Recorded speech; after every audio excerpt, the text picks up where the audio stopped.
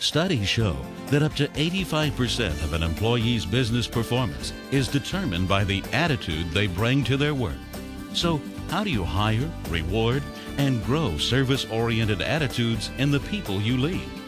For the answer, we turn to Lisa Ford. Lisa Ford is a specialist in advising companies about how to best serve and retain customers. Her best-selling books and audio and video training programs are marketed worldwide. Listen as Lisa Ford explains how to hire, train, and reward employees. How to hire, train, and reward customer service-oriented employees. Your most important asset is not only a satisfied customer, but also a motivated and satisfied employee. This session will deal with how to hire, train, and reward customer-oriented employees. Research is very convincing that customer turnover is related to employee turnover. It makes sense when you think about it. Customers want to deal with an employee who is motivated, happy, knows what's going on. And when they don't deal with someone who knows what's going on, they're more likely to leave our place of business. You play an important role in creating that environment that can really maximize the abilities and talents of people. Hire smart to start. Do you compete as hard for employees as you do your customers? Think about that for a moment, and especially keep that in mind as we look at the 5 keys to effective hiring. Number 1, be creative with the selection process and look in unusual places. Well, let me give you an example. Some of you probably immediately thought of an unusual place, but let me give you one. A director of operations for a laundry service company has a very unique approach. When he is somewhere and being served beautifully by a customer service employee, he gives them his business card. And on the back of the business card, it says, "I was very impressed with your service. If you're ever looking for a job, please contact me." Isn't that a great idea? He's already seen that service in action. He uses that card truly as a screening tool. A hotel chain that runs a very large telephone reservation center discovered they were having a lot of turnover with their employees. And they started thinking, possibly were they hiring the wrong type of employee? Was it the wrong profile? So they changed their tactic and they started hiring the older worker. Now, I'm not going to tell you what age they defined the older worker. And too many of us might fall into that category, so we won't talk about that. But they were a little concerned that by hiring someone a bit older, could it possibly take them longer to learn the computer and to get up to date with their training? Well, it did take a little bit longer. And they did change their benefits package they would offer to the older worker. But guess what? It worked. This employee stayed longer, and they built rapport with the customer who was calling to book that hotel reservation. They started talking with them, found out that they were on a long extended trip and needed a hotel room in this one city, and then they would encourage them to look ahead and book a hotel room after traveling the following day. So it certainly benefited them to be a bit creative and look in unusual places. The second step to hiring is hire the attitude. Train the skills. A few years ago, a president of an airline said this: "People who can fly airplanes are a dime a dozen. People who can fly airplanes with great attitudes aren't." That's a pretty strong statement for someone who runs an airline to be looking for not only a great pilot, but also a great attitude. And I think that's exactly what we have to do. But how do you make sure you're hiring the attitude? That's the hard part. See if these ideas might help. A, ask yourself in the interviewing process, if I were the customer, would I want to be served by this person? Do that gut check trust your instincts. Is this someone you would really want to be served by? B, invest time in the interviewing process. I know people, and I bet you do too, you've sometimes interviewed 25 people in order to hire the one. You want to be smart to start, so invest lots of time in the hiring process. Don't just say, gosh, we've got to have somebody in here. We've got to hire somebody. Let's just go hire a warm body. Have you ever said it? If you only hire a warm body, what do you end up with? A warm body. And I'm not sure much else comes attached to it. So we end up doing ourselves a bit of a disservice. C, do some of the interviewing on the phone. Now, why? Many of you have customer service-oriented employees who spend a lot of time on the phone with a customer. So I want to hear how they sound on the phone. They might be brilliant face-to-face, one-on-one in the interview. I want to hear their tone of voice, to hear do they still have that same energy and enthusiasm on the phone in serving our customers. D, use behavioral interviewing. Now, behavioral interviewing is you're trying to get at how would this person act? How would they behave? Not just what they know. Their application, their resume would probably tell you what they know and what they've done. I need to figure out now, how would they actually act? So ask questions such as, give me an example of you delivering exceptional customer service. Ask about a situation they might have found themselves in on a previous job with a difficult customer. And say, have you ever dealt with a difficult customer? And most likely they would say, oh, certainly. Then say, have you ever dealt with one, pick an example, who was very angry because their order was not shipped on time, and when it did arrive, the order was not complete. And they might say, Then say, how did you handle a customer who was that angry? I want to hear how they answer that question, because that will help me get at how they actually think and then behave in those service situations. Now, the third step to effective hiring is use something called realistic job preview. Realistic job preview. If this is possible for you to do, hire this potential candidate on a part-time trial basis, like for 2 days, possibly up to 5 days. This will give you a chance to observe their service skills, their ability to fit in with the rest of the team. Realistic job previews can help you prevent turnover. The fourth step to be great at hiring, don't oversell your organization. Tell them the good, the bad, and the horrible of working there. Now, somebody say, I'm not sure there's horrible. Oh, I bet there's a little bit. You work really late, you stay late, you work hard, there are certain really busy times.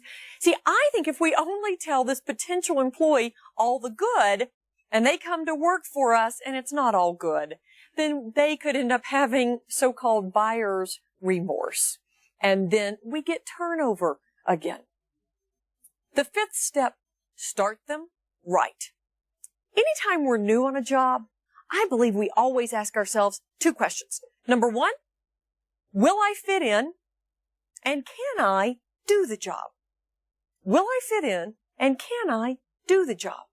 So I want you to answer that question for this employee early on. First day on the job, have their workspace ready. Make it look like you wanted them there.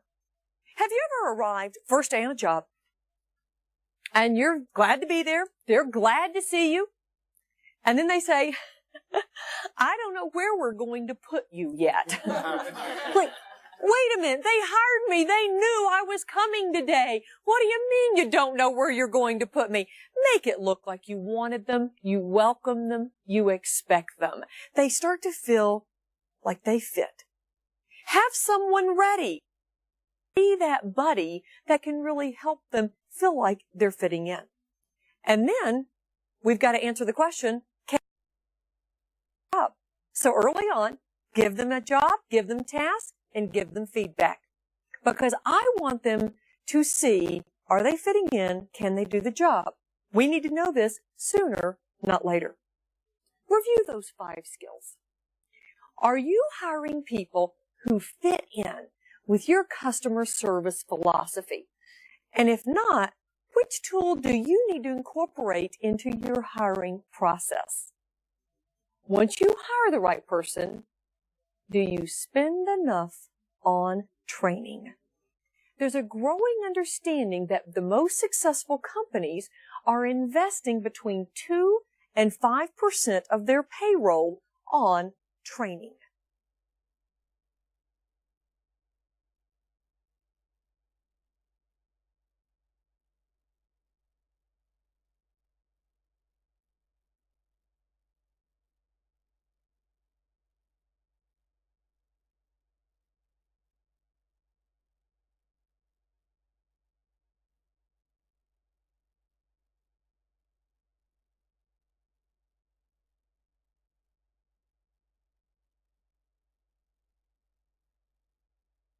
So the first step is in training. The second is do it early. A large transportation company did this as an experiment. They put one group of new hires through training. They did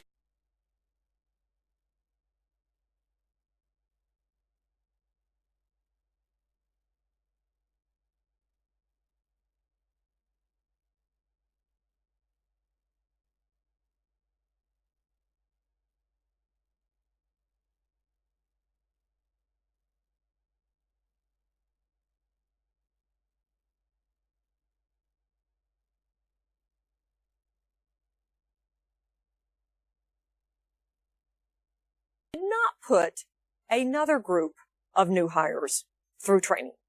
The new hires who received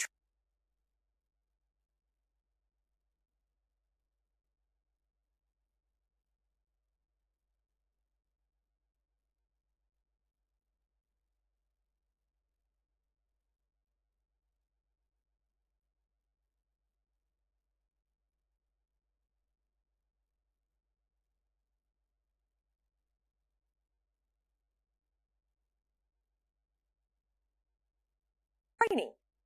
They did not put another group of new hires through training. The new hires who received training had a 19% turnover rate. Compared to the second group who received no training, their turnover rate was 41%.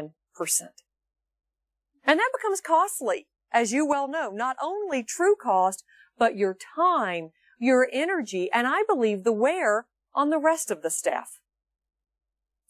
The third key to training, continuous training, is a must. Look for every opportunity to train. Is it during a lunch session that you get people to watch some videotapes or discuss some new idea that we need to put into practice? Is it at a staff meeting where we just simply do 10 minutes of a lesson, or somebody's read a journal article and we talk about those articles and what we gain from them and how we could benefit from those ideas in our own organization? And the fourth key is adapt training to each employee's needs. Because one employee might need communication skills where somebody else needs an update with their computer skills. So I've got to make certain I'm giving them training that works for them, that they need at that point in time. And the fifth step, job observation exchange. It's a big word for a simple concept. Job observation exchange simply means getting people out of their environment, their work area, their desk, their position out there on the operations floor and into another department, into another unit. Here's why. They need to see how their work affects another team's, another department. Because see, we get so comfortable with our space and we forget that what we turn out goes somewhere else. And when I possibly send something to you that's not right or it's late or there's an error in it, then it creates some major problems down the line. I need to see that and experience it. So encourage people around you to, on a quarterly basis, for a half day or a full day, go to another department, another group, so they can see how their work affects someone else's. And then, of course, once they've made that visit, I want them to come back and share lessons learned by being in that department and how I have learned what we need to do differently here to improve our work. Okay? Let's review. We've talked about the tools to effective hiring and then the need for training. We have to take the next step, which is keep your people motivated. Simply keeping people motivated means let's look at what we can do to reward people. A motivated employee will provide gold standard customer service. They'll be an incredible asset to the rest of the group. I want to cover 4 strategies to reward employees. Number 1, be specific. Meaning, when I say, thank you, good job, keep up the good work, that's not enough. That's not specific. If I tell you, good job, keep up the good work, I don't know exactly what it is I need to do again for you to compliment me. Instead, go to the person and say, thank you. I appreciate you getting that to me by 3 o'clock. The detail you put in that is exactly what I needed, and that's helped me meet my deadline. Thank you for being so thorough. That's specific. Very simple. Number 2, don't underestimate the value of small rewards. Don't underestimate the value of small rewards. Little things work, and they keep people motivated. Let me give you a few examples of this. I was working one day with a group of nurses, and the nurse manager told me a pretty incredible story of something that she had done, she just somewhat happened upon, and how it worked. Let me tell you the story.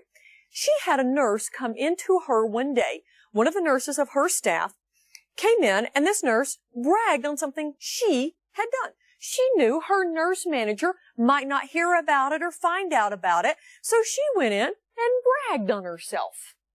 Don't you love that spirit in somebody? They're willing to do it. Well, she went in and bragged on herself, and the nurse manager thanked her, and thanked her appropriately. And she said, I don't know what got into me, but I wanted to give her something.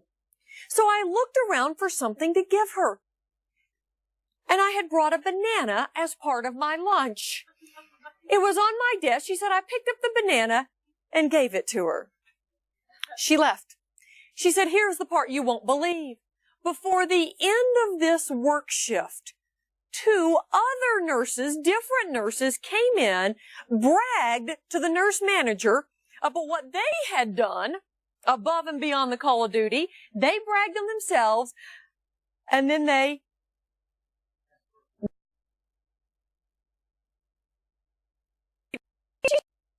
said, I couldn't believe it. People were coming in for a banana, which caused her to get creative.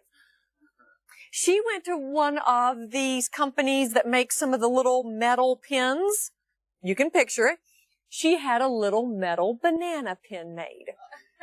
Okay? Now when somebody does something extraordinary, above and beyond the call of duty, they get a banana pin. They love wearing them because patients or family members of patients will say, what is that?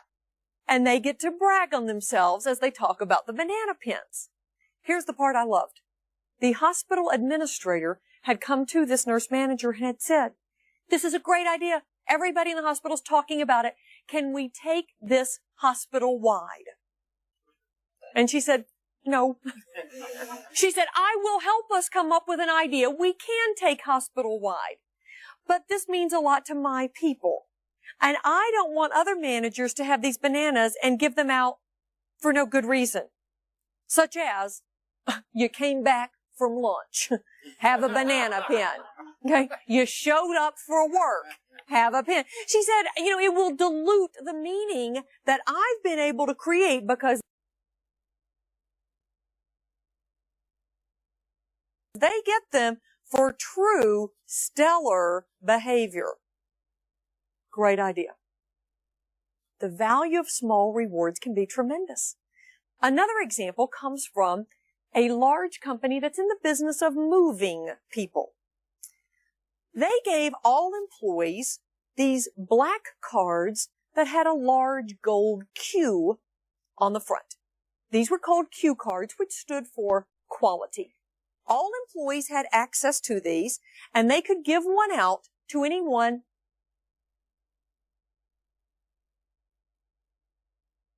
customer service being delivered.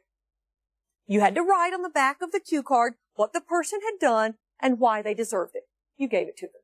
Then, as an employee, I got my Q card. I can then go redeem the Q card. I would go to a certain department within the organization, and I could redeem it for things such as an ice cream cones, movie passes, half hour off, the manager's parking spot for 3 days. Okay? Those kind of fun ideas, but here's what was happening. No one was redeeming the Q cards. They were hanging them in their workspace. Does that make sense? People wanted to brag about having all these Q cards. They wanted them to be visible. It was like hanging money. But the visible reward was more important to them. Small rewards work. Number 3, have fun. When you reward people, make a big deal out of it. Have fun. And number 4, be spontaneous. I believe when you're spontaneous, people don't expect the reward. It is remembered longer by them. Your challenge is to create a long list of ideas on what you can do to reward people. And once you create the long list, be ready to change it a lot. Because people get used to you doing the same thing and it doesn't have as much meaning after a while. So get creative, come up with great ideas, and use them. Use these 4 steps to make rewards a way of life. Too many managers can be stingy with rewards. I'm not saying you are, but many can be. Don't take the people you work with for granted. Recognize their hard work, their teamwork, and great customer service. It's expensive to hire, train, and then ultimately lose people. Let's talk about their teamwork and great customer service. It's expensive to hire, train, and then ultimately lose people. Let's talk about how you can retain staff through your leadership. These ideas require you being forward-thinking and keeping customer service on the company agenda at all times. Let's go through 5 steps. 1, high compensation to retention and customer service. There's a major credit card processing company that has determined for each department the key things that have the biggest impact on keeping customers. Then, employees are measured daily by each department on how performance targets are being met. The previous day's performance is posted, and when the company hits 95% of the performance targets, the company contributes money to a bonus pool. And that pool is used to pay bonuses that can equal up to 20% of employees' salaries. Guess what? Turnover is 7% at this company, which is 1/3 of the industry average. And they always have plenty of people waiting for a job at this company. The second strategy, spend time on customer service issues. That means as the managerial leader, you speak about service. You talk about it at company meetings, at new employee orientations. You read the latest stuff and bring that to the people you work with. Number 3, remind people of the importance of customer service. How? Let's learn from that credit card processing company I just mentioned. Here's what they do. When you walk in their building, 4 main entrances, woven in the carpet, by 9.5, 5.5 feet are the words, "The customer comes first." You walk over that every morning.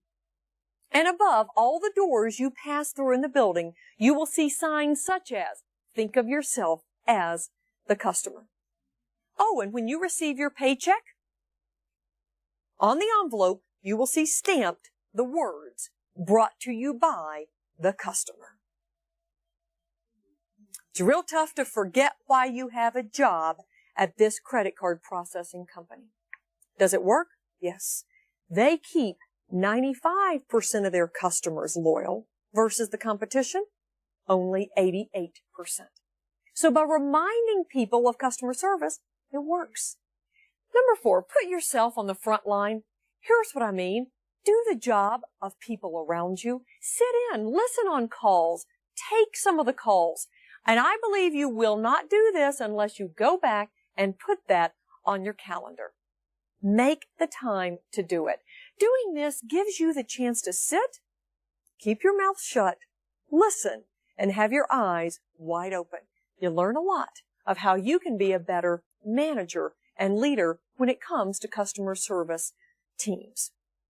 And number 5, ask this question. To be a great leader, ask this. If you had my job, what 3 things would you do to affect customer satisfaction? If you had my job, what 3 things would you do to affect customer satisfaction? By asking that question regularly, employees will give you feedback.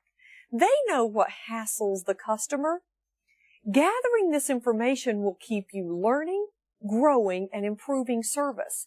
And with that focus, you'll create a winning organization and a winning team of people around you. Your leadership makes it happen. Hiring, training, rewarding, and leading customer-oriented employees is a big job. But we know the best organizations are known for their exceptional customer service. Remember, it's your purpose as an organization to sell and service the customer. Your challenge is to create the environment where the best are hired, trained, and rewarded. The power is in your hands.